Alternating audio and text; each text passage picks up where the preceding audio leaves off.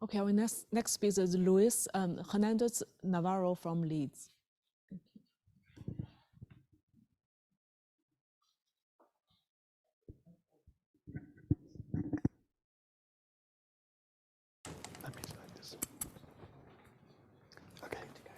Okay, thanks very much. So can you hear me? Yeah, all right, perfect, thanks. So thank you very much for the introduction. Yeah, I'm Lluís Hernández-Navarro. I'm a postdoc at the University of Leeds, and I work in the group of Mauro Mobilia, who is here, and Alastair Routledge. And okay, that's the laser pointer. So I will explain my work on eco-evolutionary dynamics of cooperative antimicrobial resistance. And I would like to start explaining some preliminary concepts and some context on antimicrobial resistance itself. So for that, I will run on this report from 2016, in which it was stated that currently antimicrobial resistance is the cause of 1 million deaths worldwide every year, also of a health excess cost of 20 billion only in the US, and more importantly, it's estimated that it will cause around 10 million deaths every year by 2050, which is more than cancer that is currently killing 8 million people a year. So it's really of uttermost importance to tackle this problem to avoid it becoming such a threat to human health. So that's why we study this. And yep, I will focus on cooperative antimicrobial resistance, which I mean that in this case, the strain that is resistant, it's generating an enzyme that it's released into the medium, and this enzyme is able to inhibit the antimicrobial drug that you apply to the medium. And if we have enough of those resistant cooperators, the concentration of this enzyme that we will call the public good will be high enough to inhibit the drug also for the sensitive strains, so non-resistant microbes. So it will be a cooperative antimicrobial resistance, protecting all of the culture, only if we have enough of the resistant cooperators. But however, this comes with an extra metabolic cost for the generation of this enzyme. And also I would like to state that microorganisms do live in ecologically dynamic environments. And currently it's an ongoing work, it's an open problem, which is the contribution of evolutionary dynamics and ecological dynamics jointly, how they affect the population of microbes. And we'll focus on this part. So the main question that we're trying to tackle in this context, or the main two questions in the case, would be when do resistant and sensitive strains coexist? And in the case that they do not coexist, which one is the one that dominates? Okay. And to do so, we develop a model that is inspired by experiments performed by our collaborators in the Imperial College London, Said and Jose Jimenez. Said is here, by the way. And they are experiments performed with Escherichia coli, penicillin as the antimicrobial drug, and this plasmid, which is the one that provides this antimicrobial resistance to some of the Escherichia coli individuals. So the model starts very simple. It considers a total population of N microbes, and composed of NC resistant cooperators in blue here, and ND sensitive defectors in red.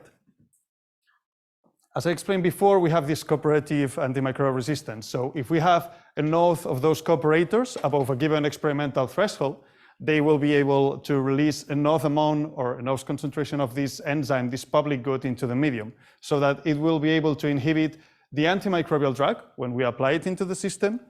And so defectors, not only resistant cooperators, but defectors are going to be protected. And they are going to be the ones taking advantage of it and growing more. That's because the fitness for cooperators is going to be diminished by this extra metabolic cost from generating this enzyme, whereas defectors won't have this extra metabolic cost, so they will take over on the long run. And also let me point out that we assume standard death rates to have a logistic growth of the total population. But what happens if we don't have enough cooperators to have this public good into the system?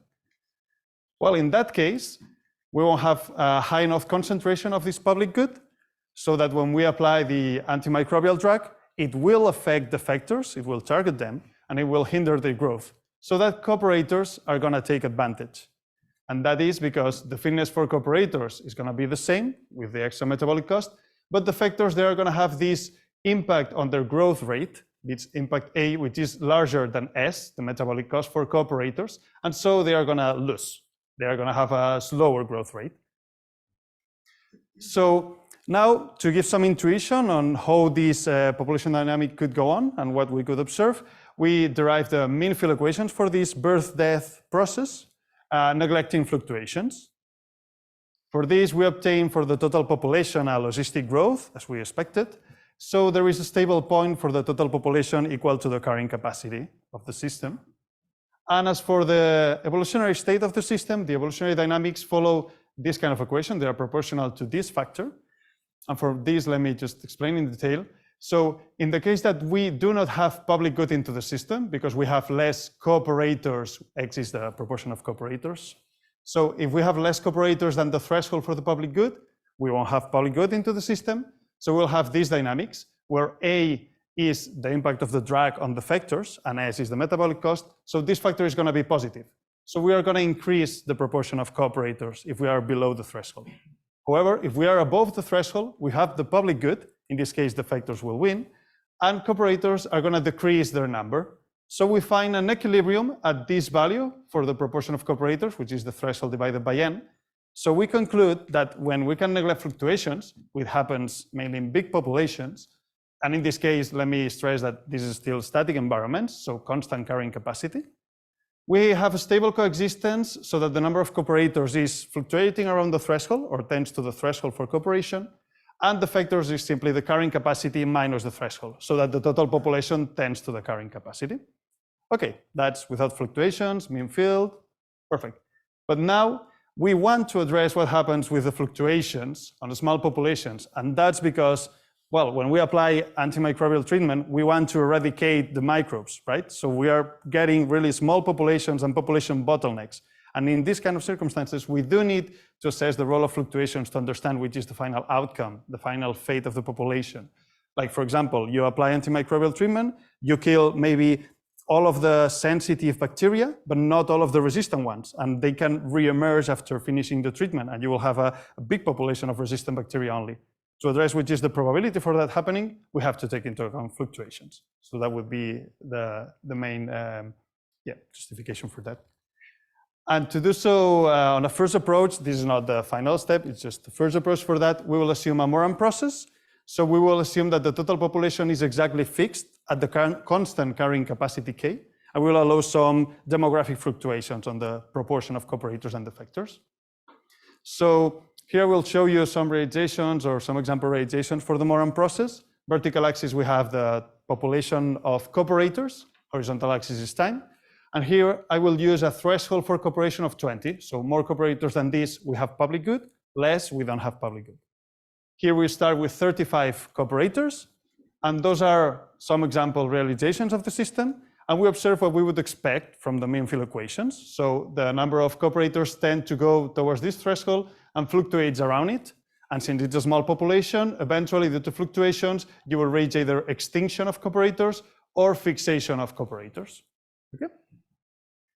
So now this is a MORON process. So we are able to compute some analytical predictions out of that. And we are able to compute, as you can see in the dashed lines here, analytical prediction for the fixation probability for cooperators, which are the resistant bacteria, and also the mean time that you will need to reach this fixation or extinction in that case.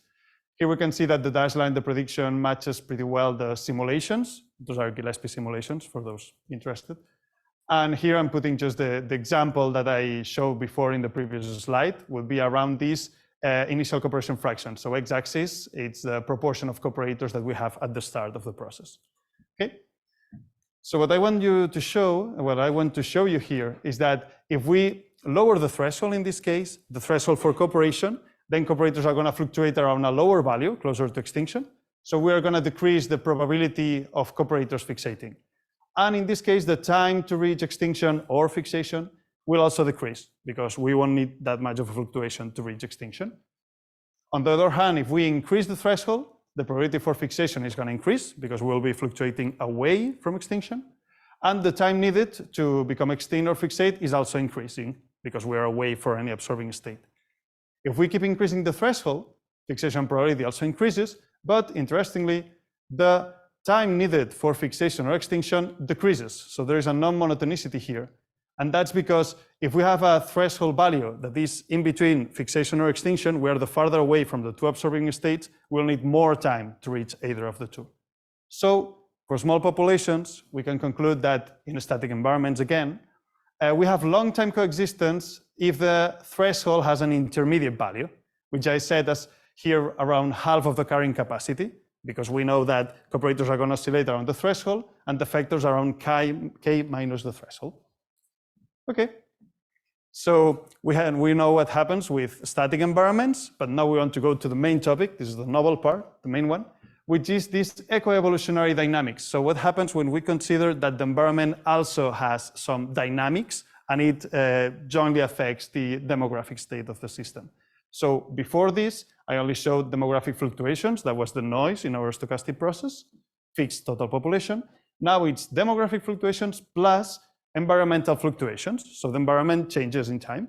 And these changes I will implement so by allowing the carrying capacity to stochastically switch between different values, okay? So that n, the total population number, is gonna track a bit these stochastic fluctuations and check what's happening and try to understand that and give some intuition. So the environment will change following this process. So we can have a lower carrying capacity of 50, that relates to the nutrients in the system, to give some idea, to a higher carrying capacity of 250 with some given stochastic transition rates. And I will define these two variables. First one is the mean switching rate, some idea of the volatility of the environment. And delta here is the environmental bias. So if we tend to be more time on the upper state or lower carrying capacity state. So now I'm going to show you a color map with those two parameters as the axis, like environmental bias and the number of switches. And I'm using those parameters, like the extra metabolic cost for generating the enzyme in cooperators and the impact of the drug on the effectors when they are sensible to it on their growth rate. Okay? And what I'm going to show you is the fixation probability for cooperators or defectors in this red-blue scale. And so combined with that, a gray scale that will tell you the probability of coexistence. And I will define that as the time that you have both the strains, none of them become extinct, larger than 2 times the carrying capacity. So this is an example for a very low threshold for cooperation, okay, in which we can see that mostly we have fixation of the factors. So to understand what's happening here in this map, which is almost all of it red, I'm going to go to a single example. So imagine these parameters here, delta similar to 0, so no environmental bias, and infrequent switches, so quite a static environment. And let's see an example realization for how the environment would change. So here I'm showing you vertical axis, the number of individuals, and here you have time. And so this is an example realization of the environment, not a lot of switches, it's more or less unbiased, maybe not that much in this case, but that was the kind of realizations I implemented. And so what's happening with the number of defectors in time? So that would be this red curve. And we see that they are indeed following as expected from the mean field, what the carrying capacity is doing minus the value of the threshold. That was the mean field prediction out of that.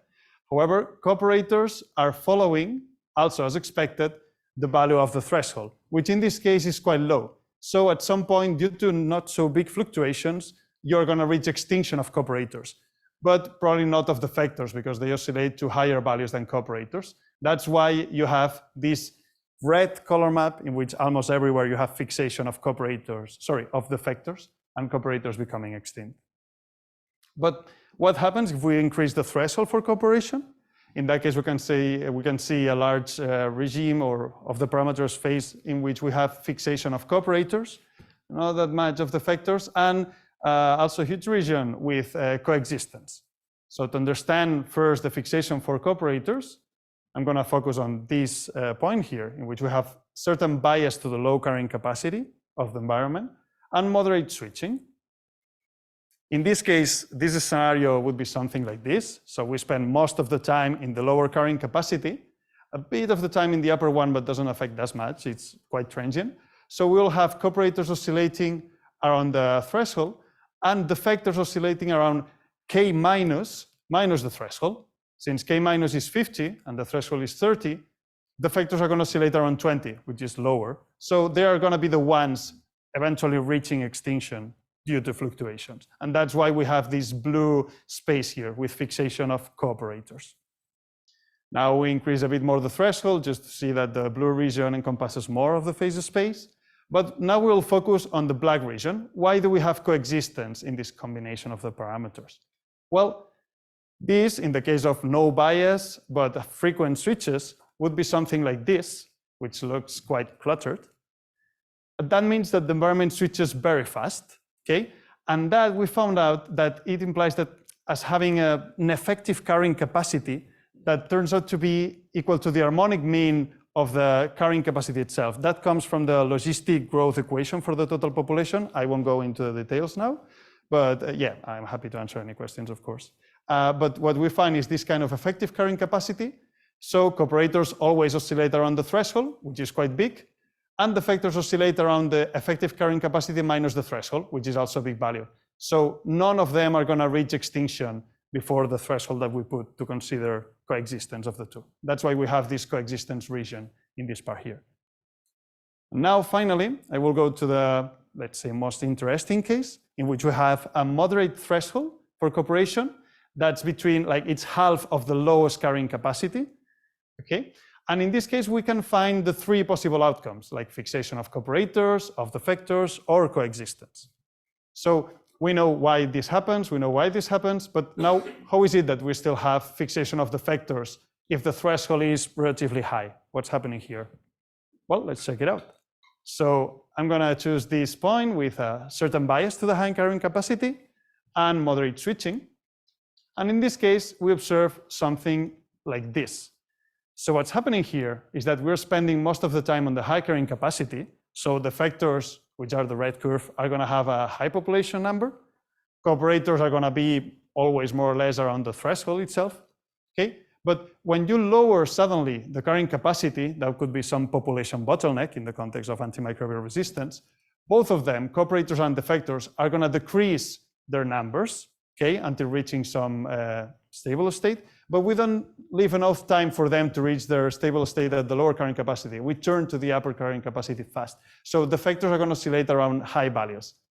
However, cooperators are always oscillating about the threshold, and when you lower the carrying capacity, they can get close to extinction. And eventually, as you keep trying with bottlenecks, eventually they will become extinct. And that's why in this region, thanks to this eco-evolutionary dynamics, we find fixation of the factors and extinction of cooperators, which is interesting for us because we want to extinct cooperators, which are the resistant bacteria.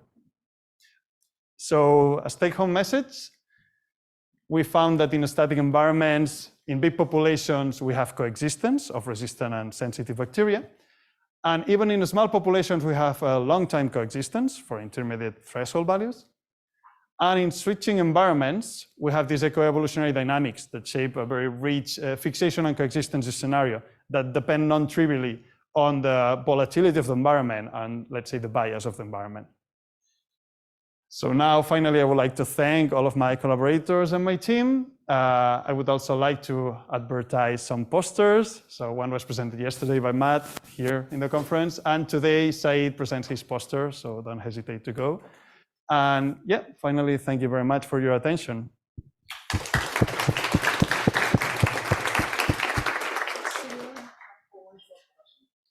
Sorry for that. It was a bit long.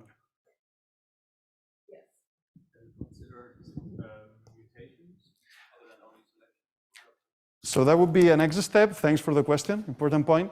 Our collaborators also want to implement the possibility of the plasmid who provides antimicrobial resistance to migrate to other cells and be able to mutate those cells. So we haven't implemented it yet, but it's a next step we want to do. Yeah, indeed. Just random mutation rate in general. Random mutation rates, you mean like evolutionary mutations? Yeah. Well, in the scale that we are working, yeah, in that case, well, you could reach fixation, in fact, because since we're working on a small, well, for example, fixation of, yeah, because they want, in the experiments, they want to do it in a one-way mutation. So you can become resistant, but not sensible again. But yes, that would be interesting to see the steady state of that. And I think that the eco-evolutionary dynamics could also set a bit on this. So thank you for your question. Okay, let's thank, maybe we can talk it in T hour. Let's thank Lluís. Thank you very much.